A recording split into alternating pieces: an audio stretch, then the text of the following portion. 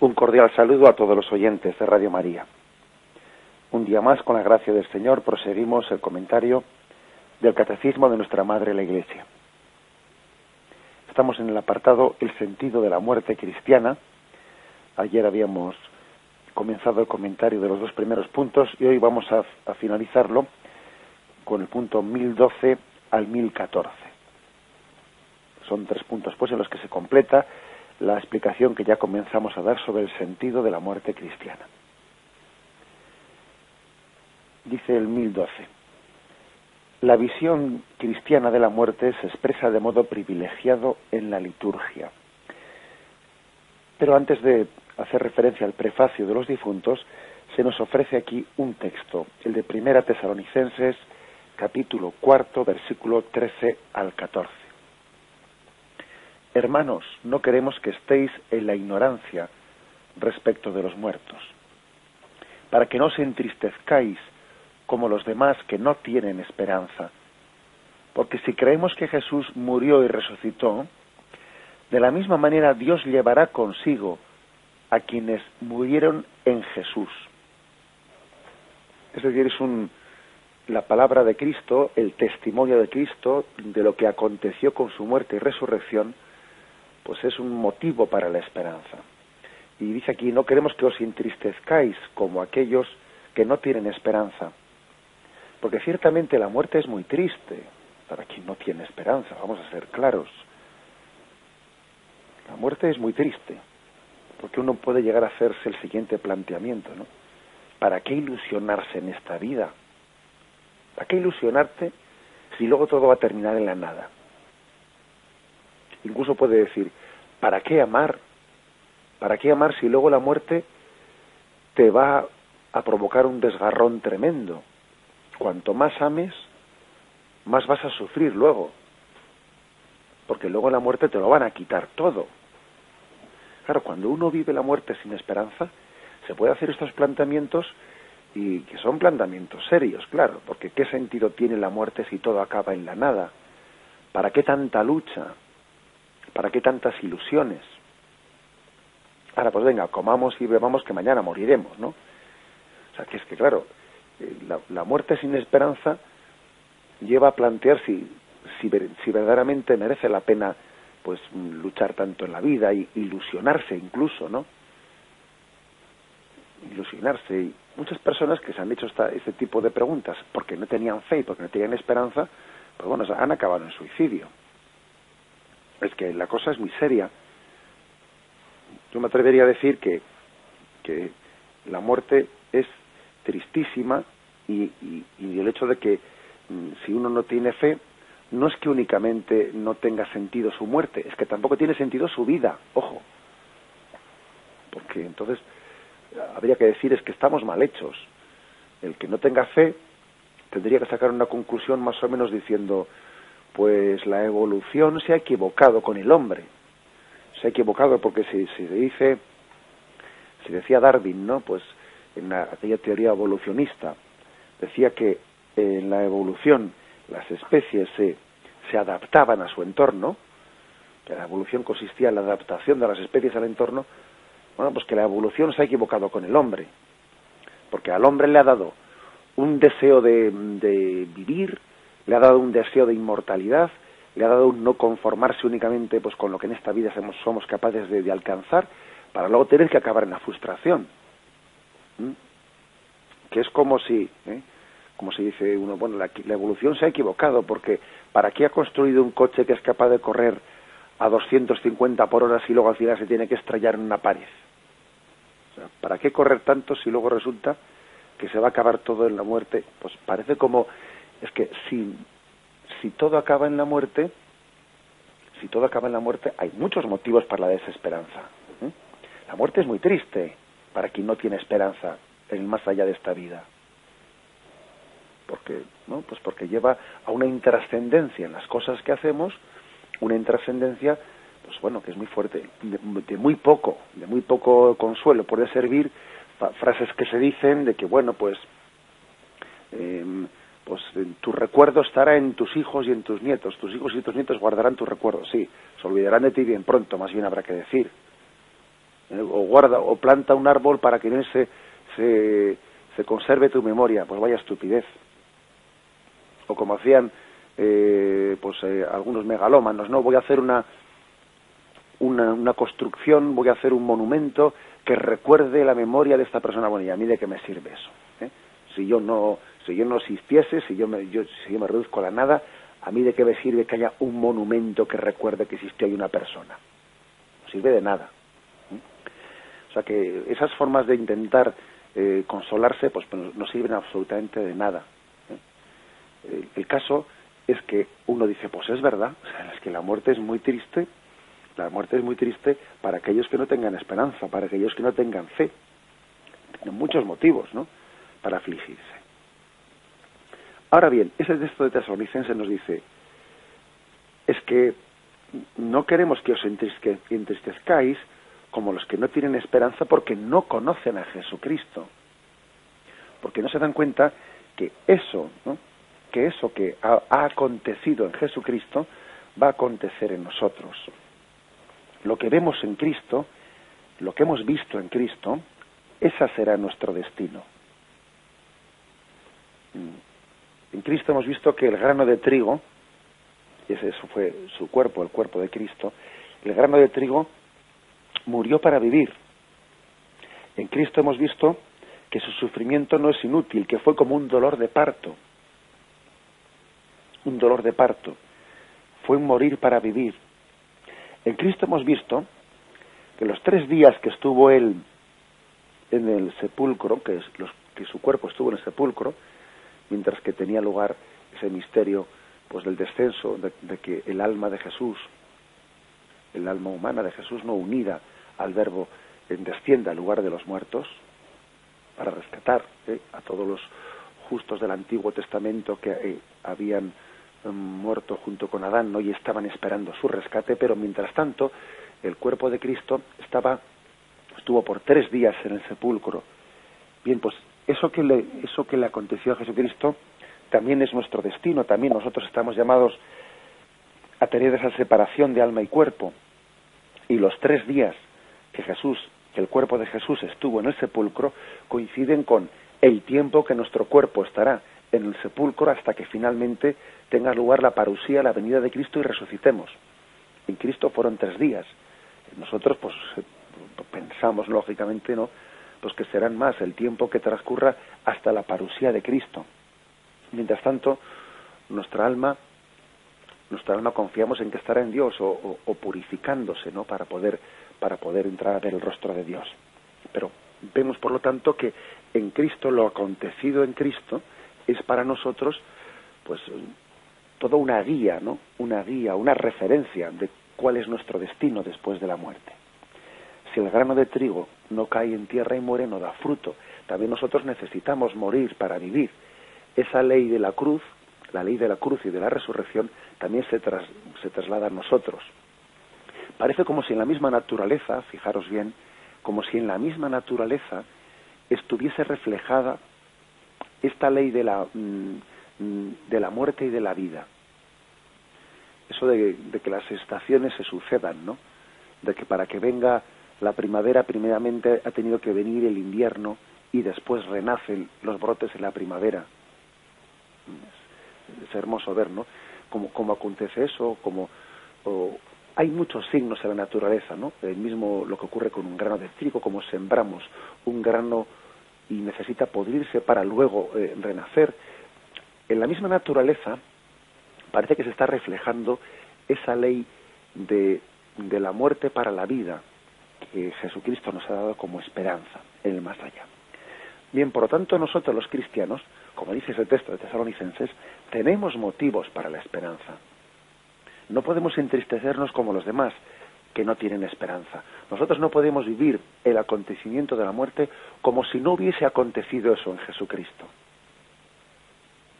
Igual que de un cristiano se espera que tenga un porte de vida diferente en muchas cosas, en sus palabras, en su forma de divertirse, en la forma de vivir la sexualidad, en la forma de hacerse presente en la vida pública, pues también esperamos que un cristiano tenga un porte diferente en su forma de afrontar la muerte.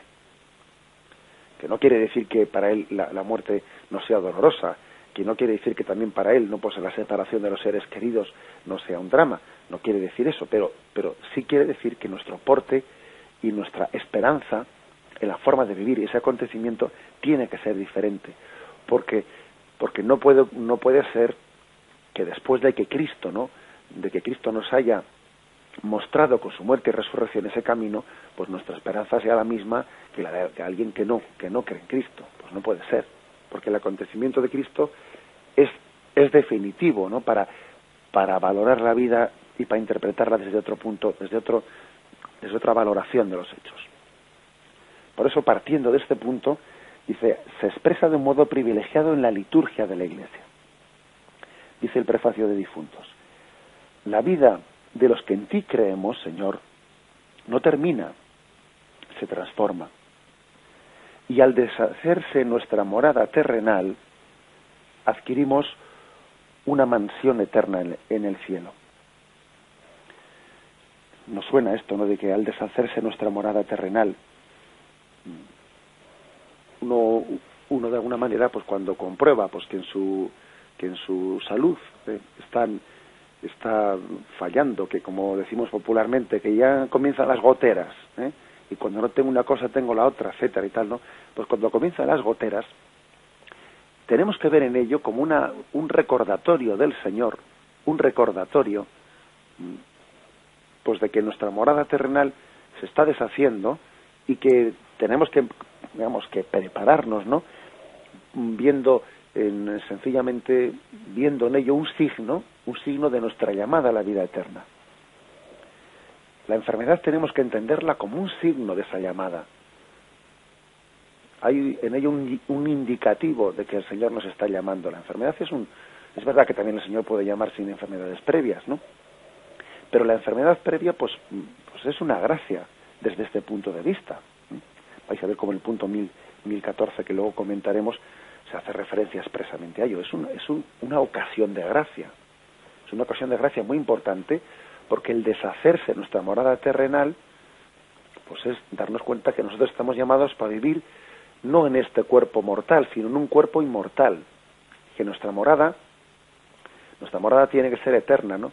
Estamos llamados para vivir eternamente en el cielo y con un cuerpo glorificado. Ese es nuestro destino eterno.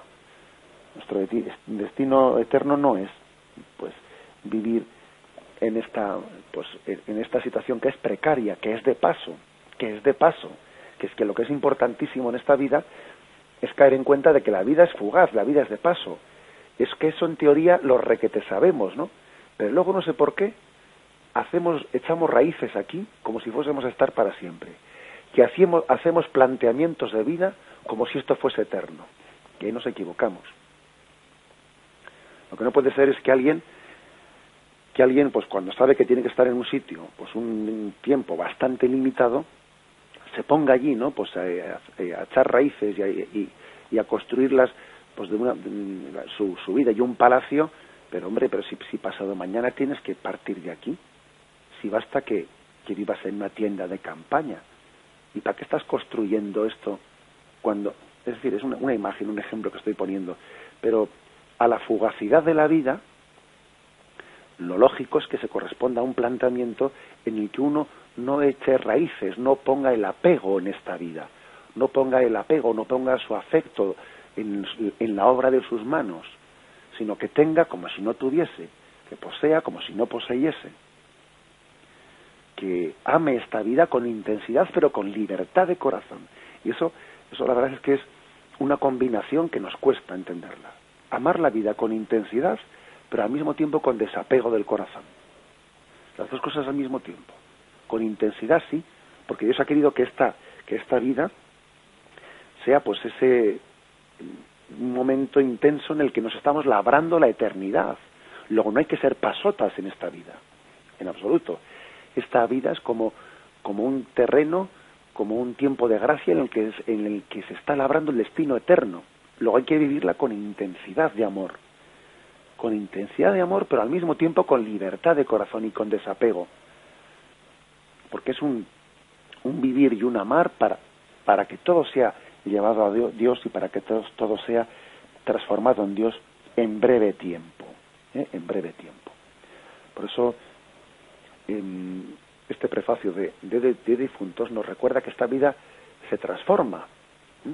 Esta vida terrena tiene sus días contadísimos, decía Santa Teresa, decía en una expresión muy suya, con esa especie de humor y capacidad de expresión que tenía ella, ¿no? Decía, la vida es una mala noche en una mala posada. O sea, muy corta. Lo que pasa es que, claro, que a veces cuando uno pasa una mala noche se la hace un poco larga. Pero la noche es muy corta, ¿eh? Lo que ocurre es que, aunque uno tenga la sensación de que se la hace larga, decía Santa Teresa, la vida es una mala noche en una mala posada. Haciendo referencia a esa especie de sensación de que se nos hace más largo, pero que es muy corto. Es como un terreno de prueba, eso está claro. La vida tiene un componente de un tiempo de prueba. Y hay muchas parábolas del Evangelio que hacen referencia a ello, ¿no? Como aquel señor que repartió unos talentos y luego se ausentó y vino a ver cómo habían sido utilizados los talentos. Bueno, son parábolas en las que hacen referencia a un tiempo de prueba. Entendamos eso pues en su justa medida, sin sacarlo de quicio, pero eso es cierto.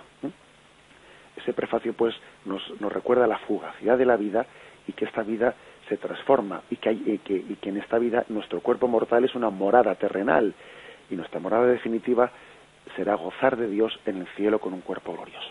Lo meditamos y volvemos en serio. La muerte es el fin de la peregrinación terrena del hombre, del tiempo de gracia y de misericordia que Dios le ofrece para realizar su vida terrena según el designio de Dios y para decidir su último destino. Cuando ha tenido fin el único curso de nuestra vida terrena, ya no volveremos a otras vidas terrenas. Está establecido que los hombres mueran una sola vez. Eso está en Hebreos 9, versículo 27. Está establecido que los hombres mueran una sola vez. No hay reencarnación después de la muerte. Este es un punto interesante, ¿no? Por la actualidad que tiene en nuestro día, pues las doctrinas reencarnacionistas, ¿no? Que tienen un origen oriental, pero que se han introducido pues mucho en Occidente, pues desde muchos puntos y ámbitos de vista, ¿no? Como ahora vamos a comentar. Bueno, en primer lugar hay una afirmación en este punto: la muerte es el fin de una peregrinación terrena del hombre, de un tiempo de merecimiento por parte del hombre y de ese tiempo de prueba al que antes me refería en el que Dios da su gracia para que el hombre pues se decida en una respuesta delante de Dios.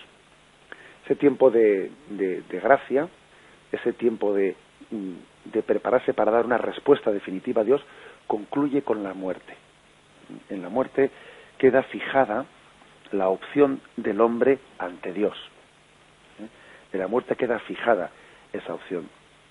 No quiere decir que después de la muerte no haya misericordia, porque la prueba es que el purgatorio es un estado de misericordia de Dios.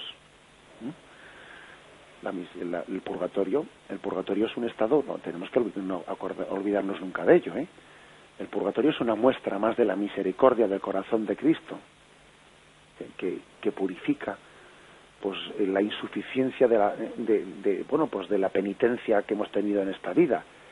Pues tenemos esa gracia de purificación, pero nuestro merecimiento, nuestra opción delante de Dios ha quedado fijado en el momento de nuestra muerte.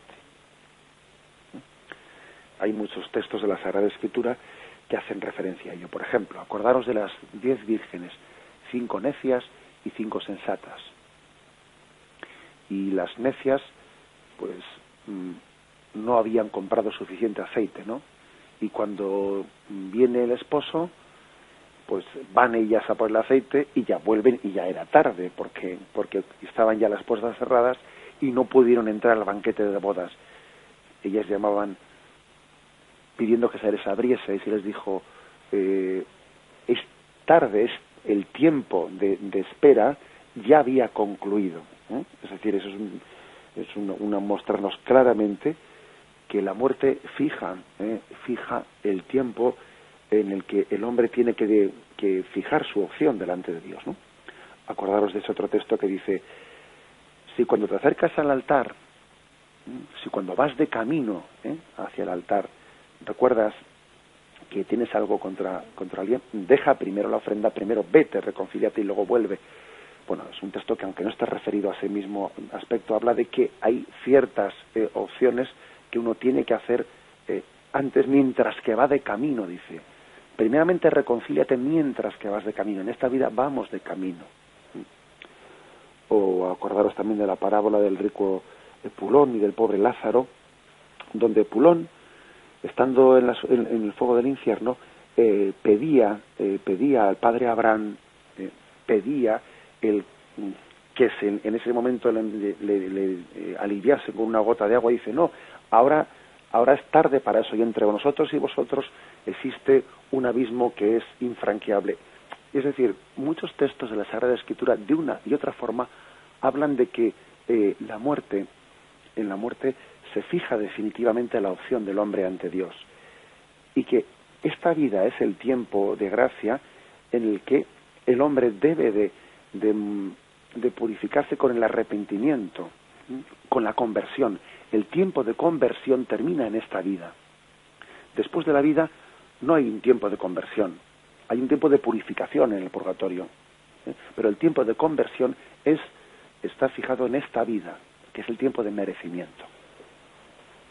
Bien, hecha esa afirmación por parte del catecismo, pues se subraya el aspecto de que no hay más que una vida, no hay más que una vida, y el hombre muere una única vez, y se sale al paso de las teorías reencarnacionistas, de esas teorías reencarnacionistas que son sorprendentes, no que hayan entrado en Occidente, como si el reencarnacionismo se haya presentado ante nosotros como una imagen positiva de esperanza. Todo lo contrario de lo que ocurre en el Oriente Asiático, donde la imagen de la reencarnación representa casi la desesperación. La reencarnación en Oriente, lejos de ser un motivo de esperanza, es una especie de contraimagen de la esperanza. Porque en Asia, muchas personas que se están convirtiendo al cristianismo lo hacen porque entienden que la doctrina cristiana sobre la resurrección les libera de esa especie de rueda indefinida de nacimientos y muertes en el que uno no llega a unirse con Dios. Muchísima gente en Asia se está convirtiendo porque es que esa imagen del reencarnacionismo es una imagen del eterno retorno, vuelta a lo mismo y vuelta a lo mismo y vuelta. Ahora me reencarno en fulanito, en menganito, luego me reencarno, pues yo qué sé, en un caballo, luego me reencarno en un pobre, luego en tal, luego en cual. Hombre, que dice uno, bueno, esto es una especie de un eterno retorno en el que un alma que está deseando ver a Dios, la verdad es que tiene que acabar un poco desesperada. Sin embargo, entre nosotros es curioso que el reencarnacionismo, bueno, pues pasa a ser simpático, porque como lo que tenemos miedo es de jugarnos nuestro destino eterno, jugarnos el destino en esta vida y ser responsables en esta vida y caer en cuenta de que nuestra vida, en ella nos estamos jugando nuestro destino eterno, bueno, pues cierta gente en Occidente dice, bueno, con el reencarnacionismo me puedo tomar la vida un poco más a chunga, ¿no? Porque como después de esta vida ya tendré otras cuantas más. Bueno, claro, es que es curioso, en Occidente cierta gente se agarra a creer en el reencarnacionismo porque eso le evita tomarse en serio esta vida como un campo de prueba de su destino eterno. Sin embargo resulta que en Oriente pues tantísimas personas se están haciendo cristianas porque ven que en la doctrina cristiana sobre el más allá de la muerte hay una verdadera esperanza de encuentro con Dios, ¿no? Y no una especie de desesperanza de una rueda del eterno retorno y vuelta a empezar y vuelta a empezar. El que se toma en serio la vida como una preparación para el encuentro con Dios no le sirve la doctrina reencarnacionista, porque es que es un estorbo para encontrarse con Dios. Ahora, el que no quiere jugarse, el que en fondo quiere jugar en esta vida y no tomárselo en serio, pues claro, pues le encantará el reencarnacionismo, porque en fondo es una especie de no tener responsabilidades definitivas para tu encuentro con Dios. Pero es que hay más.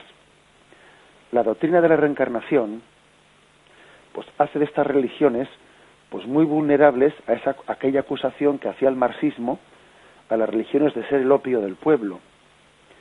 El ser el opio del pueblo de alguna manera de tener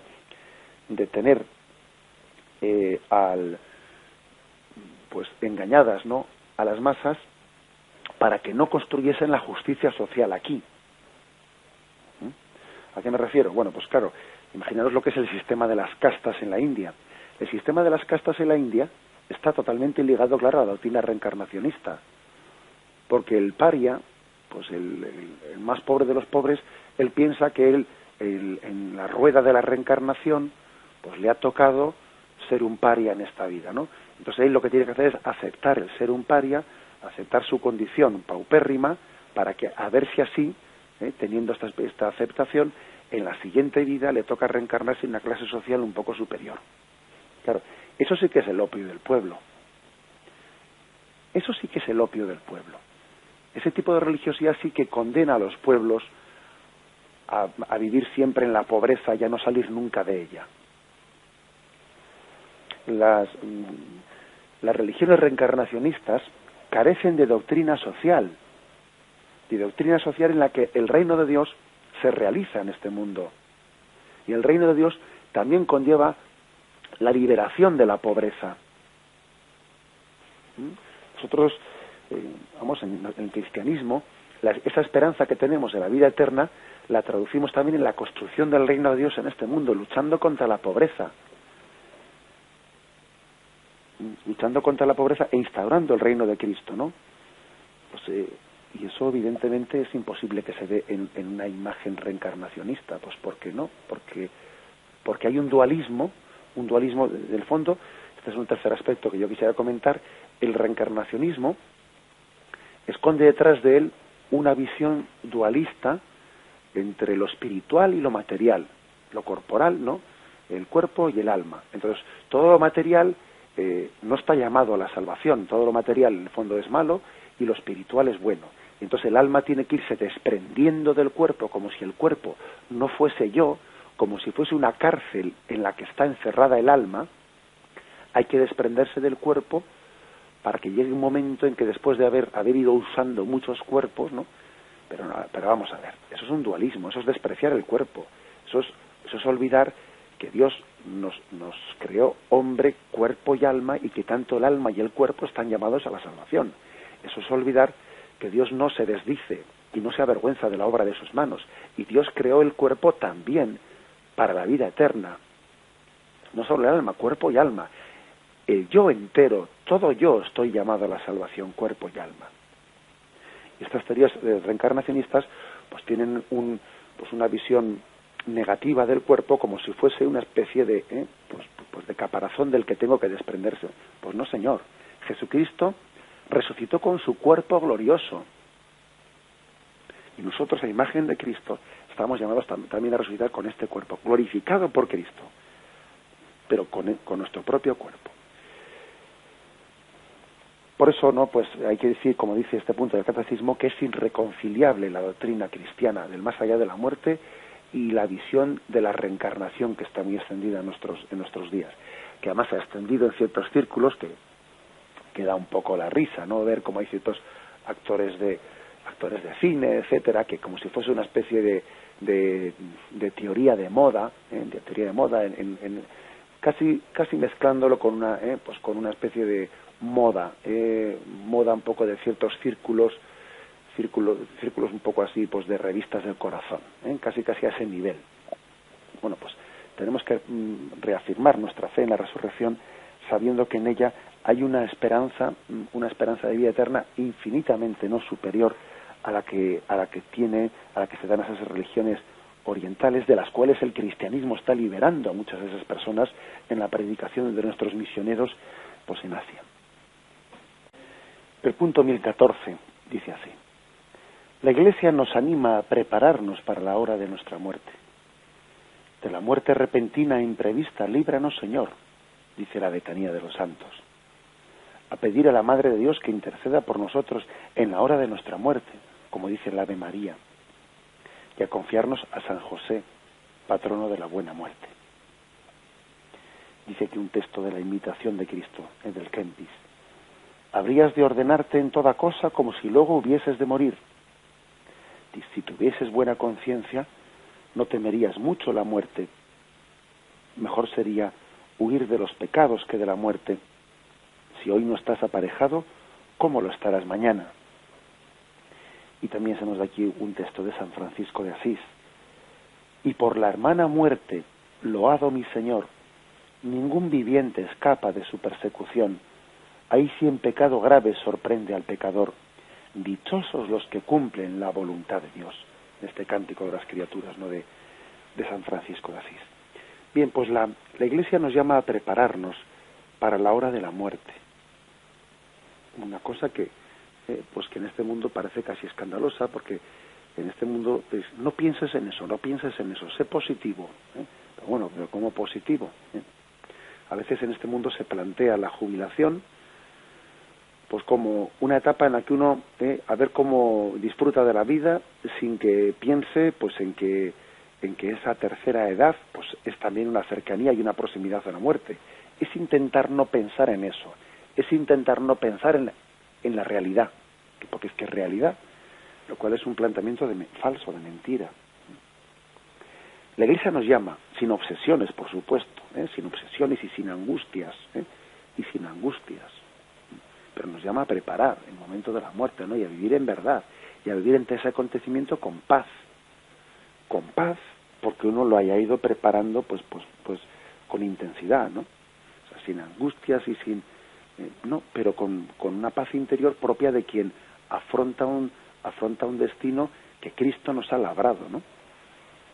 Bueno, pues aquí en este punto del catecismo hace referencia a ese preparar la muerte que por desgracia hemos perdido mucho, incluso haciendo referencia a que tradicionalmente se ha considerado una buena muerte la que ha venido precedida pues de un tiempo de enfermedad que aún no le ha dado tiempo para prepararse a ello. ¿Cómo son las cosas? Que con el paso del tiempo, popularmente hemos casi identificado buena muerte, hoy en día la estamos identificando buena muerte, con morir sin enterarse. ¡Ay, qué buena muerte ha tenido!, dicen algunos. Por la mañana ha amanecido muerto, ni se ha dado cuenta. ¡Qué buena muerte ha tenido! Dice, pero hombre, ese no es el concepto nuestro tradicional de buena muerte. Vamos a ver, nosotros tenemos que aceptar como buena la muerte que Dios nos dé. Es decir, no es porque uno haya tenido una muerte imprevista, no por eso es una mala muerte. La voluntad de Dios siempre es buena. Esto vaya por delante. La voluntad de Dios siempre es buena. Luego no podemos decir pues que porque uno haya tenido una muerte pues imprevista haya sido una mala muerte. Pues no. Ahora bien, lo que hay que decir es que, como hemos dicho al principio, la enfermedad es un tiempo de gracia en el que Dios nos permite prepararnos para la muerte. Luego no entendamos una mala muerte, pues una enfermedad prolongada, ¿por qué no? Pues porque es que es una ocasión de gracia. Es una ocasión de gracia. Hablando en plata, pues yo creo que el cáncer es una enfermedad pues que habrá sido ocasión de que muchísimas almas se salven. Porque sí, porque tiene un tiempo previo de preparación, tiene también una posibilidad de que el hombre pues purifique sus pecados, etcétera, etcétera, etcétera. Bueno, es que las cosas hay que verlas con perspectiva de vida eterna. Y muchos familiares nuestros que hayan podido fallecer, por ejemplo, de esa enfermedad, del cáncer, pues han tenido una ocasión pues muy buena de preparación para el encuentro con el Señor. Sin embargo, hoy en día, ¿no?, nuestra mentalidad secularizada, como son las cosas, en nuestra mentalidad secularizada, pues es que a veces soñamos con una muerte en la que no tengamos tiempo ni de pensar de que viene. Y eso es que es vivir de espaldas a la realidad, en vez de vivir de cara a ella. Como sacerdote recuerdo haber asistido al fallecimiento de algunos cristianos verdaderamente ejemplares que han preparado su muerte, que incluso han escrito cartas a sus hijos y se las han entregado al sacerdote para que luego él, después de fallecido, se las entregue, pues fallecido el padre, ¿no?, el sacerdote se la entregue personalmente a cada hijo. Tu padre me dejó esta carta para ti, tu padre me dejó esta carta para ti. Y dice uno, bendita fe que a estas personas les hizo afrontar su muerte con serenidad, con paz, con aceptación y también con una madurez tremenda, ¿no? Por eso nosotros a la Virgen María le hemos pedido tantísimas veces, ruega por nosotros ahora y en la hora de nuestra muerte. Y a San José recurrimos como patrono de la buena muerte. Tal es así que esta fe nuestra, le llega a San Francisco de Asís a llamarle a la muerte hermana muerte. ¿Os imagináis qué grado de confianza y de fe tan grande es para llamarle hermana muerte? Ven aquí, hermana muerte. Igual que él llama hermano sol, hermana luna, hermana agua, le llama hermana muerte. Francisco de Asís tiene una fe transparente, tiene un corazón de niño, y solo los niños son capaces de entender muchas cosas, A veces los niños nos dan ejemplos tremendos, ¿no? Porque con su sencillez son capaces de aceptar, o sea, de comprender cosas que los mayores no somos capaces de comprender. El Kempis dice que si tuviésemos buena conciencia, no temeríamos tanto la muerte. El que tiene la conciencia verdaderamente en paz, no teme tanto la muerte. Y lo que dice el Kempis, la imitación de Cristo que hemos leído en este punto del Catecismo es: tú de quien tienes que huir es de los pecados, no de la muerte. Pues es así. Tienes que huir más de los pecados que de la muerte. Y sin embargo a veces hacemos mucha más insistencia, ¿no? Pues en recurrir al médico para sanar la salud que al sacerdote para sanar el alma. Y a veces en un proceso de una enfermedad grave, al último al que se le llama es el sacerdote. Y al médico se le está continuo, pero ojo, eso también implica una falta de fe, implica una falta de conciencia de la trascendencia de ese momento del paso a la vida eterna. Repito este texto: mejor sería huir de los pecados que de la muerte, dice Tomás de Kempis. Mejor sería huir de los pecados que de la muerte. Eso no quiere decir que también no haya que cuidar la salud y que haya que llamar al médico, pero es que es infinitamente más prioritario, ¿no? Pues el que seamos preparados en la purificación de nuestros pecados, que no que todavía pues el médico. También en eso nos dio, fijaros, en eso nos dio una lección Juan Pablo II hace un año, hace algo más de un año, en la forma en la que murió. Cuando él le intentaron de nuevo trasladar pues al hospital, y él ya dijo: bueno, no, dejadme ya aquí en mi habitación, dejadme morir tranquilo, que yo ahora no quiero que me mandáis al hospital todavía para meterme 28.000 cables y para intentar alargar mi vida 4 días y medio más.